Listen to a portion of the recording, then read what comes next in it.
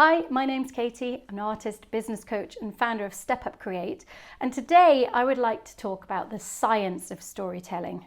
I know, I'm not a scientist. I'm a storyteller. I teach storytelling, I teach communication, and I practice it as well. But I'm not a scientist. However, I am interested in knowing what is it that makes storytelling so powerful. Luckily, I'm not alone in being curious about this, and a lot of scientists have been working on it. And the areas that they're working on is neurobiology, neuroscience, and also psychology.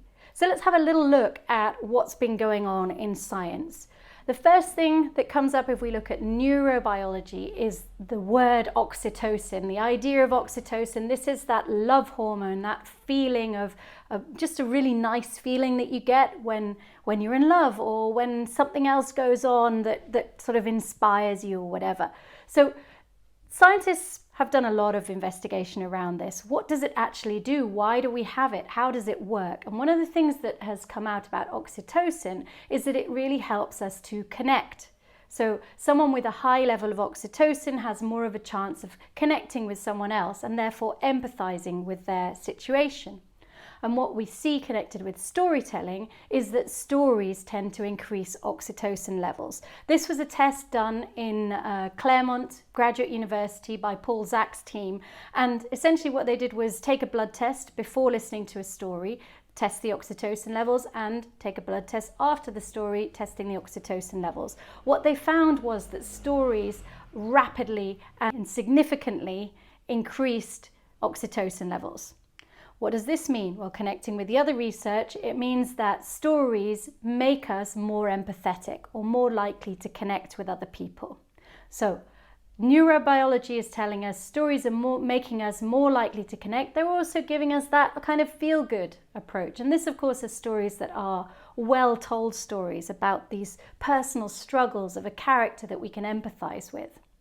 What do we know from neuroscience about this? Well, neuroscience also tells us something similar, that we have this ability to connect through stories. And this is connected to some interesting research which has been done in Princeton on neuro-coupling.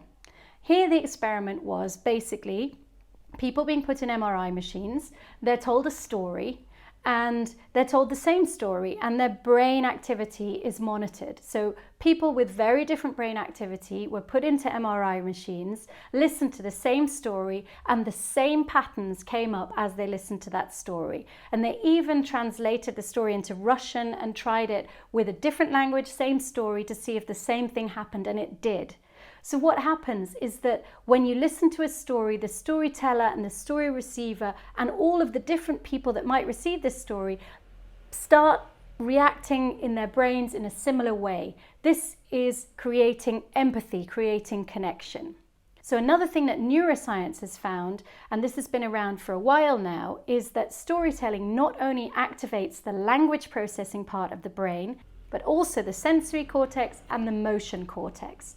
What this means is that as we listen to a story, we are not only just receiving the story and that's it, we are actually being taken on a journey, and we're going through that experience as we listen to or read that story. This is important because it makes it more memorable. So why are stories more memorable? Well, research in psychology done by Morris et al. in Denmark shows that stories are more memorable because they're connecting to our emotions. This is the science behind something we've known for a long time. So if we think about the structure of rhetoric proposed by Aristotle way back when, of pathos, ethos, and logos, we apply that to storytelling. We see that what he's saying is you have to balance the rational side, the emotional side, and the credibility side. And in order to do that, we need to activate different parts of the brain. And when we're activating different parts of the brain, we are more likely to remember and be persuaded by a story. So if you're interested in this, sign up for my free Find Your Story challenge. See you there.